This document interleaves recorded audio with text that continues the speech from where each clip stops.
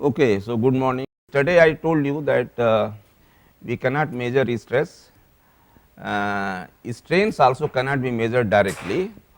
It is only the relative displacements which can be measured through what is called strain rosettes. Strain gauges, they are first strain gauges. Strain gauges are nothing fine. I think you go to the experimental mechanics lab, I will tell him and he will keep things on display. What are strain gauges, how to and how to also measure strains, that he will explain. So, whenever you have time you go there and I will tell him. So, strain, so they are called strain gauges, they measure the change in relative displacement on the surface of the body. Now, yesterday on the I told you we can only take it on the surface of the body under the load. So, suppose see we get lot of from equipment manufacturers we get lot of requests, because they not only manufacture one, several pieces of equipment they manufacture, and when it comes to delivery the user starts saying you have to prove that this is proper, whatever has been done is proper. Then they come to us and then they say, sir, so there is no other way. I mean, basically we are interested in measuring stress. We want to check the levels of stress in the body, in the entire, that is a real problem, but then stresses cannot be found out. So, we go to this. So, there are some strain measuring devices. This one, change in length is related to change in voltage, electrical circuit. So, knowing that, it is possible to find out how much is the change. In olden days there used to be very involved equipment. Now, there are very simple ones, very compact ones which you can carry in the field, and many cases you can get the strain values directly. Now the equipment is such.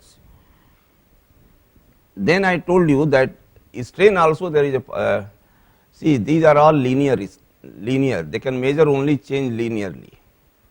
How it is the change in length per unit length. So, for example, this linear strain, I think we have derived this now. This one, first one, yes. When it came to, yes, it is there. All these have been defined, and then it was finding out what is the strain along PQ. So, finally, we got this. Now, of course, here I have said that compare this to this, that is in different context, but so they can only measure the change in length. So, what is done? See, you have got on a surface the state of strain is planar. So, there is sigma epsilon x, epsilon y and gamma xy on the surface of the body. One more thing is to be noted. Why do you say that measuring strains on surface will satisfy the client?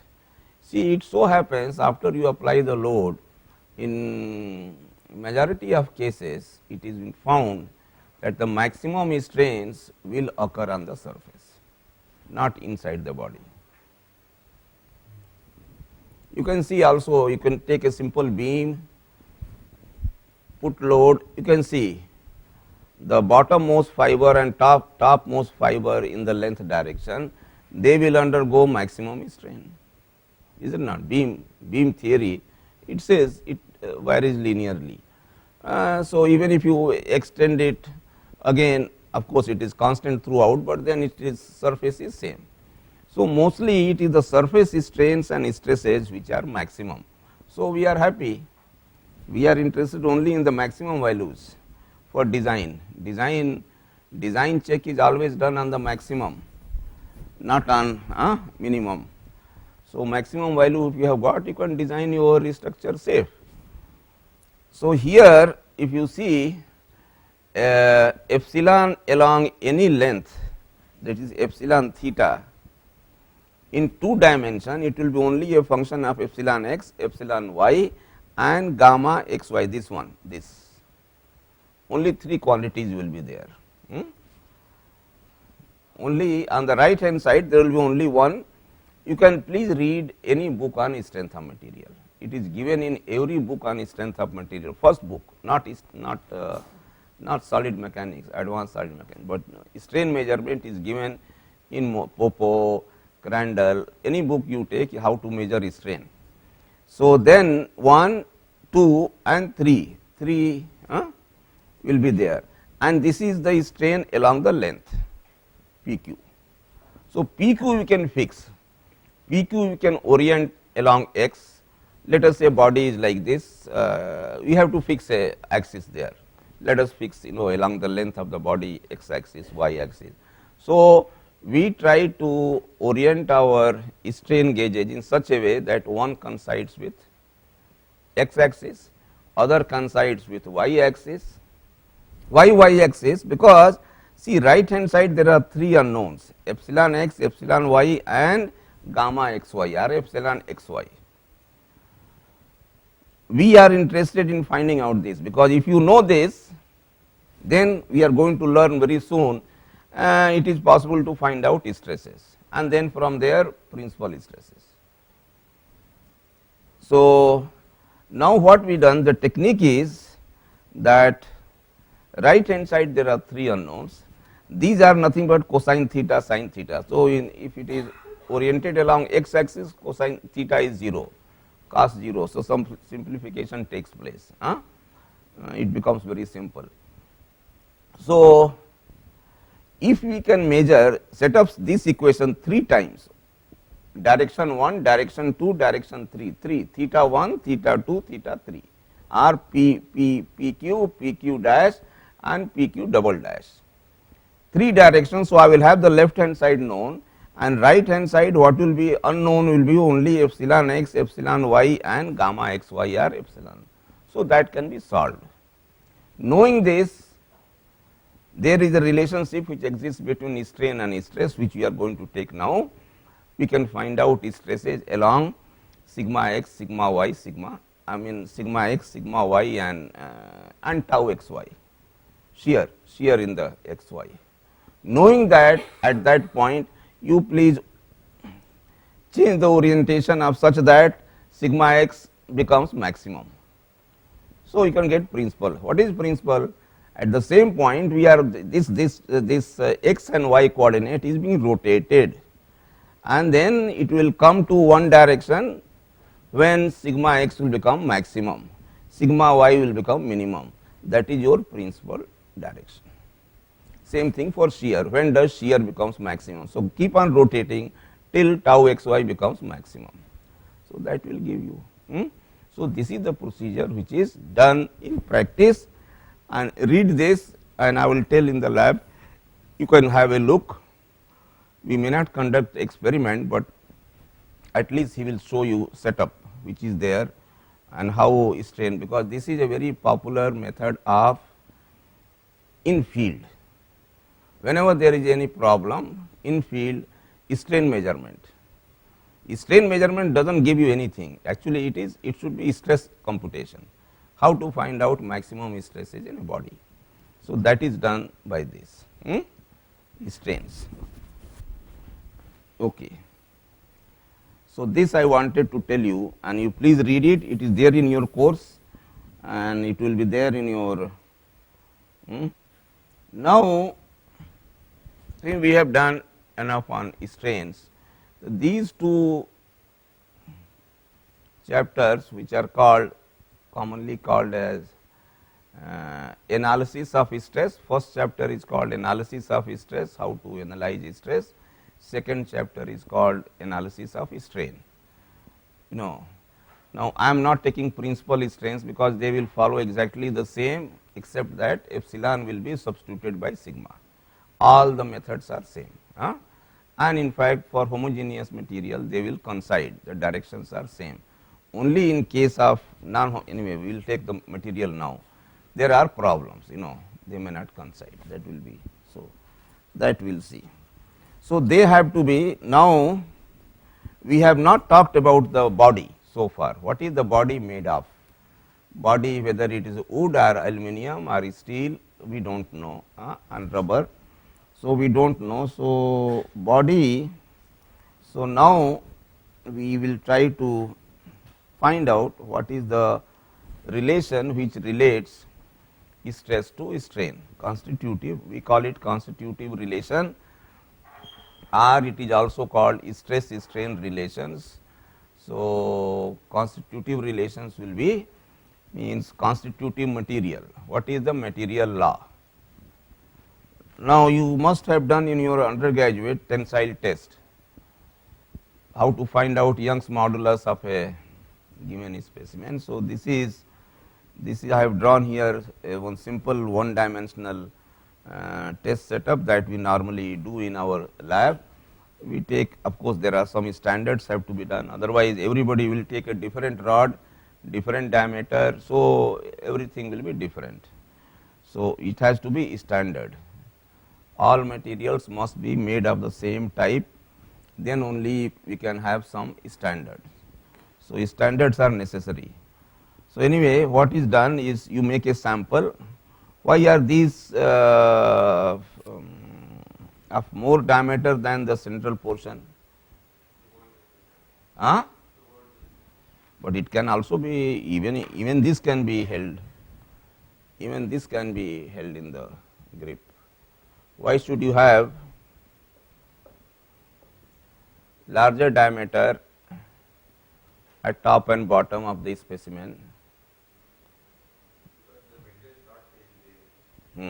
That is the reason. Yes, because we do not want material to fail here, because stress, because if cross section is more, stress will be less. So, this will never fail. So, we want to make that, yes, failure takes place in the central zone besides grip. So, then we from these now there is always stress constant, whenever you have any load, concentrated load at any place, the loads, see, load gets distributed inside the body, and only after some times it becomes uniform, because here if you find it here, because if you apply T here there will be, of course, at this point only the total load is applied. When you go inside slightly, so the diagram could be, yes, it could be like this. That means, if you integrate all these stresses from this, integrate, that will give you T, and only much later in this you will find that here it will be something like. So, this zone is where these stresses are not uniform. See, only over here stress will be uniform over the entire cross section. If you find out here, because it is far away from the application of the load, here it will be uniform across the entire cross section. So, wherever you apply the load, there is a lot of disturbance, that is called zone of stress concentration. So, here you always have stress. So, this is very important.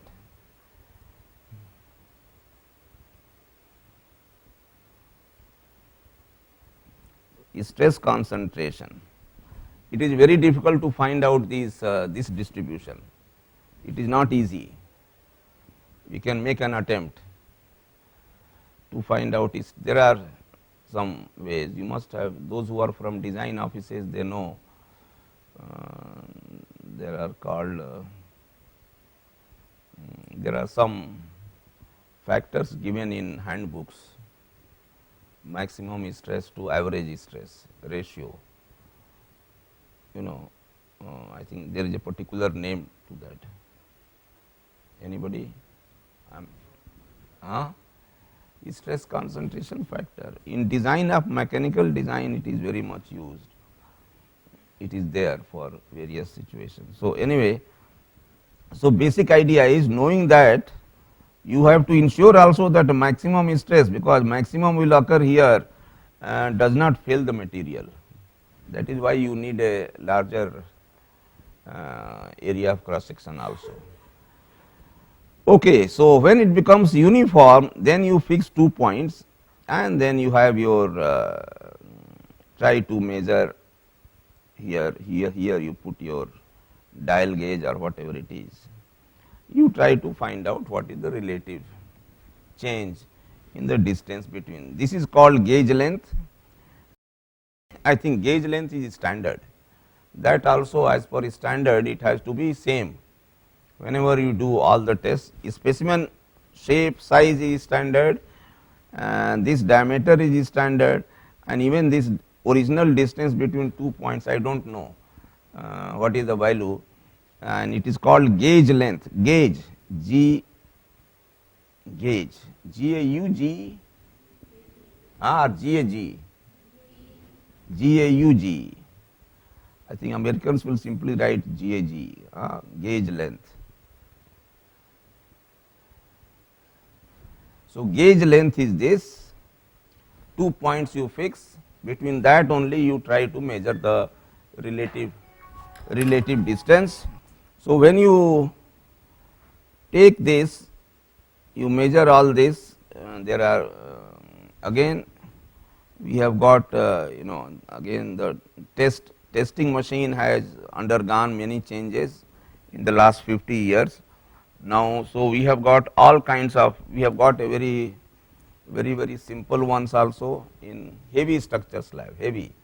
There is a lab near the workshop.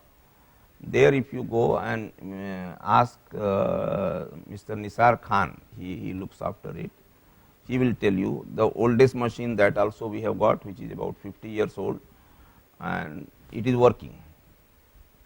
So, there we have to physically take these changes properly, there are, and plus we have also got a very sophisticated machine where everything is automatic. It is recorded, you do not have to do anything, everything comes on a display also comes, printing also comes. So, that also is there.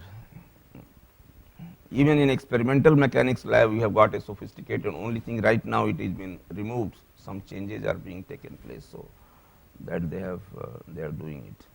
So, this is called UTM, Universal Testing Machine. This machine is UTM. So, UTM is a very important setup in every educational institute and also in any materials development laboratory. Wherever they want to test material, manufacturer, after making the material, he has to test it. So, he will have this UTM. UTM is a very important setup. So, it is used in civil, mechanical, metallurgy, material science. I think these are the departments and units. Okay. So, if you plot it and find out the, of course, you have to do lot of, and then find out the strains, longitudinal strains and the corresponding stress. This is the kind of graph which is given in most of your books for steel. This is not for any, but I think this is for steel, mild steel. It will be different for different material. So, you have a slope and then there is a hump here, then there is a flat portion, that means no change, I mean there is a lot of change in strains at least about 20 times, this from here to here, at least here it is 20 times, then and stress does not change. So, we say that the material has reached yield point, it has already started yielding. Yielding means more strain, it has started flowing, it has become very weak, it has from solid it has become fluid. So, it will not take any load, further load, but then it will undergo lot of deformation. So, this is the yielding zone, but then so happens that after some time again it gains some strength. For initial gain some strength and then we find that yes, the material has started taking some load, and then this is called strain hardening zone. So, this is the yielding zone, this is the strain hardening. Strain hardening is the zone where stress starts gaining strength slowly. This slope is much less than this slope, this one. This is strain hardening. Then it goes up maximum, and then we find that yes, just after maximum it fails here. Here it comes and then it goes into two pieces. So, the curve is something like this. This is the maximum value. Failure takes place again at maximum. It reaches maximum, then again there is a lot of strain, additional strain, sudden flow of material, and then you find that two parts have separated. So, there is some drop here. So, maximum, this is a failure. Anyway, this is given in most of the books, material behavior. This is a very standard. This we call, this slope we call Young's modulus E. Stress to strain slope is Young's modulus of the material, and this experiment is done also in schools with a wire, if you remember. How many people have done this with a wire hanging from the roof, and then we start putting the load 1 kg, 2 kg, and then measure the physically change in length of the wire. You have not done? No. So, this is how our school education is deteriorating. We have done when we were young, in high school we have done this, not if not high school, at least in 11th or 12th we have done this experiment. It was there that one wire was simply hanging from the roof, and then there will be, and you, that simple, it is only idea of take weight, and then we have to mark 2 points, and then with the scale only we have to measure, or there was some micrometer with least count something. So, with that we used to measure to the extent possible what is the change in length per unit length, and then what is the load divided by the cross section is stress. So, that test was done by Young. So, that is why it is called Young's modulus, simple tensile test. Now, this is done in okay. So, this gives us, it gives you, now up to here the material behaves linearly, then it becomes non-linear, non-linear, and then it finally ruptures. So, if you stick to linear behavior, we can see that the stress is proportional to strain, proportional. Yes, as strain changes here, stress also is going up to this point, and the constant of proportionality, if you want to make this equality, you know how to change proportionality to equality? By constant of some constant, there has to come constant. See, if this proportionality has to be made equality, so then we write this equal to some constant multiplied by strain, and then we start defining what is this constant. For a unit strain, if you give unit strain, then stress will become equal to C. So, the value of constant is the stress for unit strain. If you give a unit change in unit strain, so that is the, and in this case, in our case, this constant is known as Young's modulus E. So, this is how it is, Young's modulus this. Now, this is only for the linear zone, not for the non-linear. We will restrict ourselves to linear. There are many details on this experiment. There is one thing is called true stress, other one is called true stress. True stress in the center of this specimen here, true stress. Other one is called engineering stress. What is the difference between true stress and engineering stress? See, in engineering stress we consider this, between this the cross section is same throughout, we just area remains constant, but actually in true stress, as load is increasing, the area starts reducing. So, we should take instantaneous area. Load is same, but is area.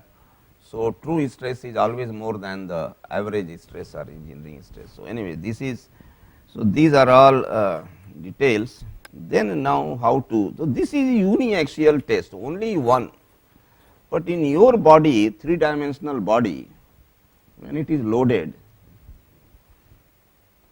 you have multi-dimensional stress.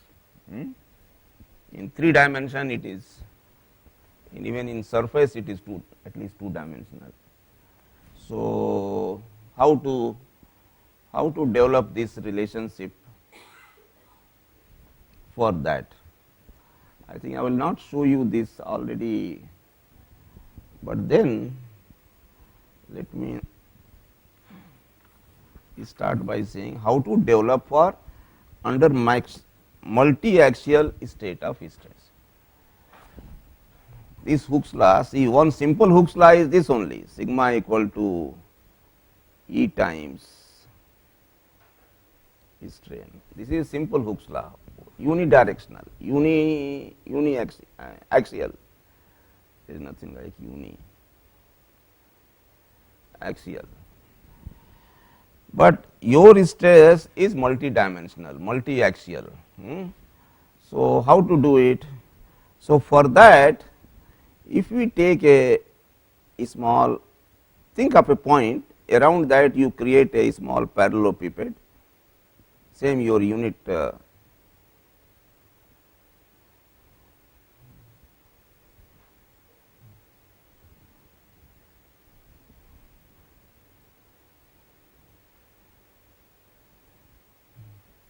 with 6 faces, and then so point P is there here. I want to find out the material property. So, this is a big body, and then these are the 3 x axis, y axis and z axis. This is a small, infinitesimally small parallelepiped. Now, first what I can do, I can, for the time being, let us assume that is isotropic material. We will have to come to material, because now we have got multidimensional. So, when you test your specimen in y direction, x direction, z direction, same under UTM, universal testing machine, if it is same E, then it is a isotropic. If material properties are same in all direction, in all the, at any point, same in all directions. Of course, we are restricting all direction to only 3 directions. So, if it is same in all direction, then we call that material to be isotropic. So, first we are talking of isotropic material.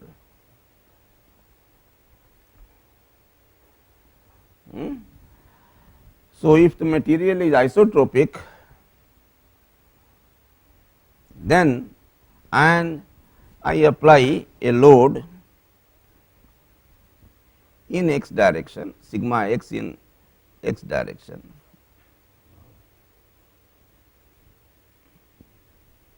front face and back face.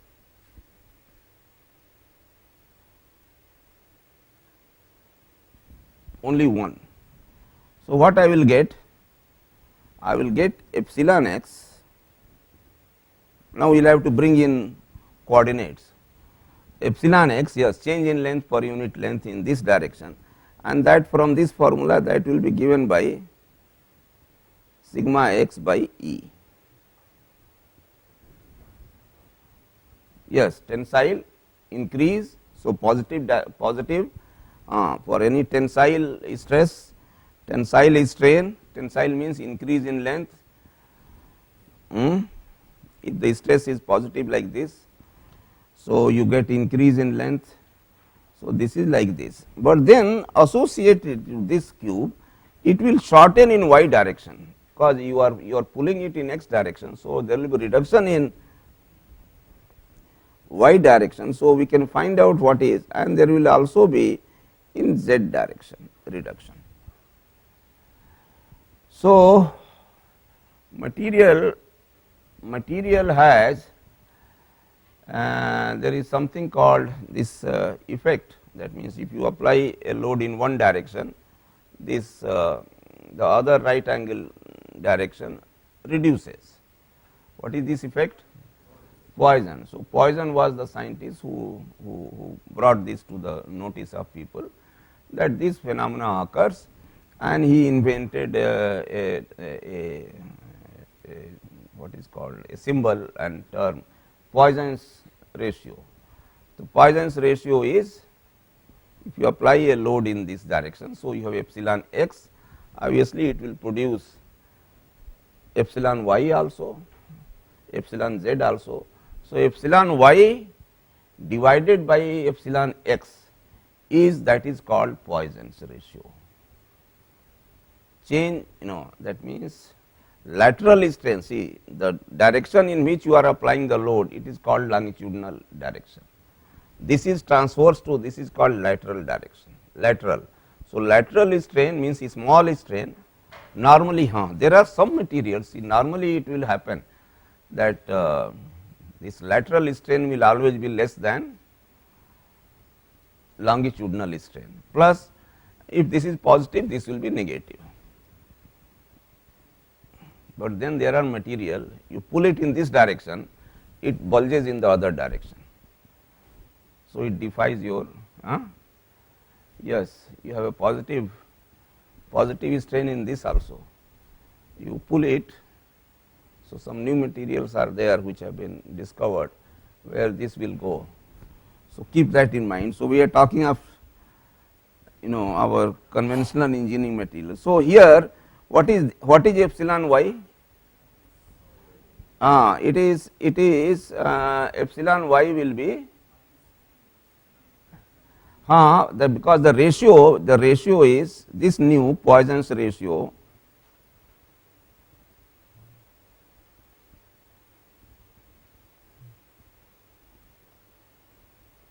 is lateral strain. Do you keep also a sign? Are you sure? How many people are saying lateral to longitudinal? It is just the ratio modulus, or is it is just the ratio modulus or with a sign?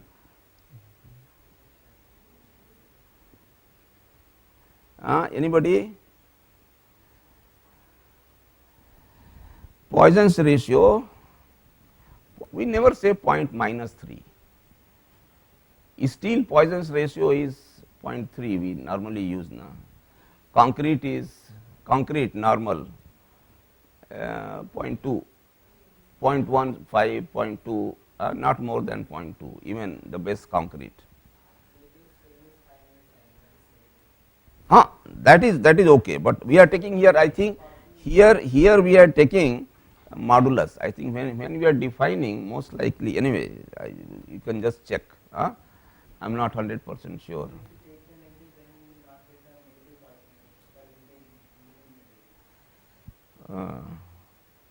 I mean positive.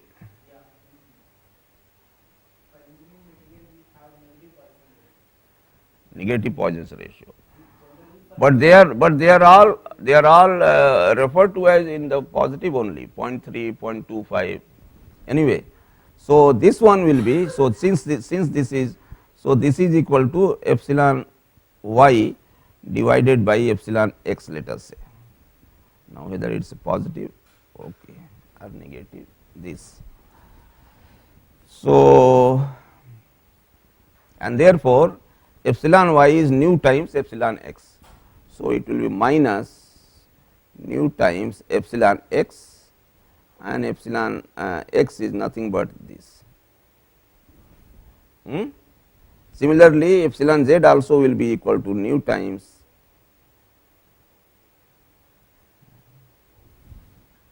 both will be same. in both directions, z also. What about this?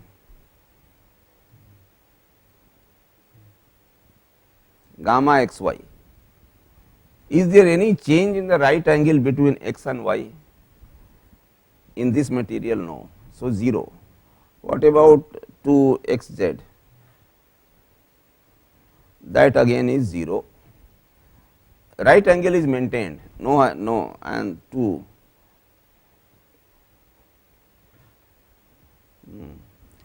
See, I use this x y, x z, y z. Many books will be using x y, y z, and then last will come x z. So, please keep this in mind, but I am using x y plane, x z plane, y z plane. So, this will again will be 0. So, like this we can go on. This we have done one test. So, if you apply now, let this be there, sigma x be there, I apply sigma y also, and that is what I have done here. That is what I have done here. So, sigma x is applied, I got this column, one column. So, one column is obtained because of sigma x.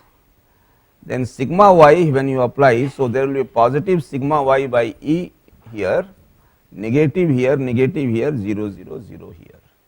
When you apply sigma z, there will be positive sigma z by E here and negative here, negative this 0. But the story does not end here.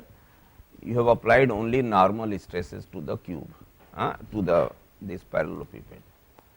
So, we are developing stress strain relation under multi axial state of stress, when the stress directions are not single, but they are at least 3, in 3 we are measuring in 3 directions. Now, I have taken only one. So, here for example, x y this in the plan x y is this, na. So, this element I have drawn it here, x, this is x and this is y. So, y what is so I have shown here on this face x y, y x, x y, y x. These faces are like this, there are 4 faces, we have taken only a section. So, now we are applying that.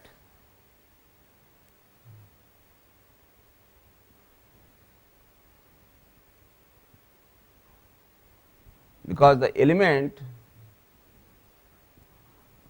I mean there are 2 ways of looking at it. We can unload the element completely, so that it gains its original shape and size, and then because now anyway we have seen that the normal stresses do not produce any shear strains. Normal stresses are not producing any shear strains. So, next one, now I am applying shear stress, this in pairs we are applying. So, obviously what will happen, this your parallelepiped will become odd shape like this, angle will change, the right angle will change, and depending upon the value, of course, this is also, this stress also is proportional to the shear strain that it produces. Only thing, the constant of integration here, or sorry, constant of proportionality here is different. It is called shear modulus, not Young's modulus, because the loading is changing here. This test was not done by Young. Young had done only simple uniaxial test, Young's modulus.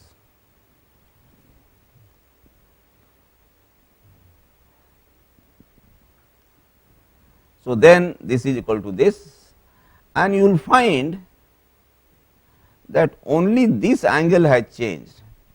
If you see xz plane, that will still remain a rectangle r a square, no change in that, only in this plan this has changed.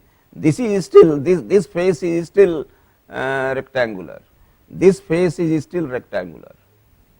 You see, only thing it has become. So, this rectangle now it is angular, instead of a right angle being at right angle, it has become like this. Is it clear or no? See, this plan, this one, this which is in xy plane, that has changed to this.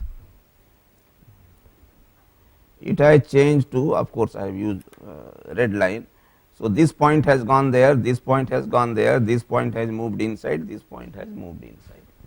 So, it has become like a diamond shape, but this face and this face are still rectangular. 90 degree is maintained here, 90 degree is maintained. So, a shear stress produces only the corresponding shear strain. This shear stress is not producing any this strain or this strain, it is producing only the corresponding shear strain. Is it clear? A single normal stress is not only producing strain in that direction, but also producing in strain normal strains in other two directions.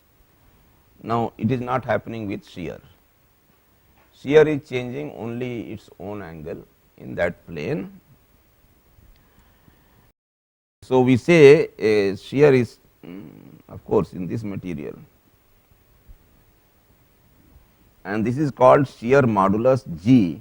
It is different from, because loading is different, it is not axial, it is applied in pairs, you have to apply in pairs.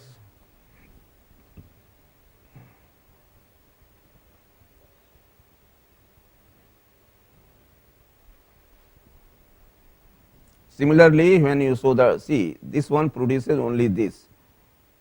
So, all others are 0 here, 1, 2, 3, 4, 5, 5 zeros only this comes. Similarly, next one you apply xz, you apply xz plane means this one, this plane will get distorted, rest will all remain rectangular. So, that means again it is changing only here, and similarly yz plane. So, this completes your application of all the 6 components of stresses, and this can be written to. Now, this one is very important. This should be, you should, when somebody asks you, you should be able to derive this from first principle, because there is so now next I have done only this, I have put it in a matrix form, nothing else.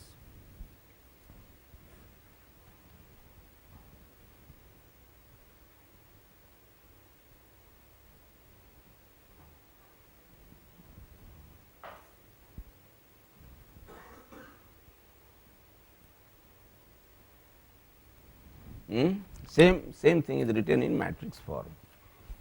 There are 6 stresses, 6 strains, 6 stresses. So, right hand side all these stresses, and then whatever comes in between has been written in a 6 by 6 matrix. So, this matrix is called elasticity matrix.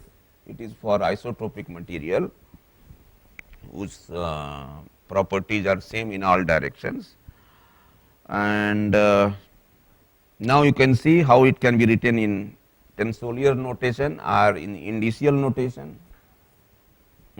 So, I have just written, if you write sigma x epsilon x 1, this as 2, similarly, because then you have to devise. See, in tensorial notation I cannot have gamma, you have to understand gamma x y means epsilon 4, gamma x z means epsilon 5, gamma y z means epsilon 6. Similarly, these are all tensorial component, by the way. Tensorial component means this I will have to change this, I will have to write epsilon x y. So, 2 will come here, everywhere this matrix will become 2, this here 2 2 2 will come. In that case, if you write like this, then I can have epsilon I given by S, if you call this matrix as S, so S I j sigma j. So, you can see here, this is called, just like you have got this is the material. What kind of matrix is this? Strain is expressed in terms of stress. What material is this? I mean, what kind of it is elasticity matrix, all right, but then something else had come to my mind. Yes, yes. For unit, see, if you call this a stress vector, so for a unit stress, this matrix is the strain. So, this one S matrix is called, it is something like flexibility matrix, force equal to what? Force is equal to what? How do you relate force to displacement and stiffness or flexibility?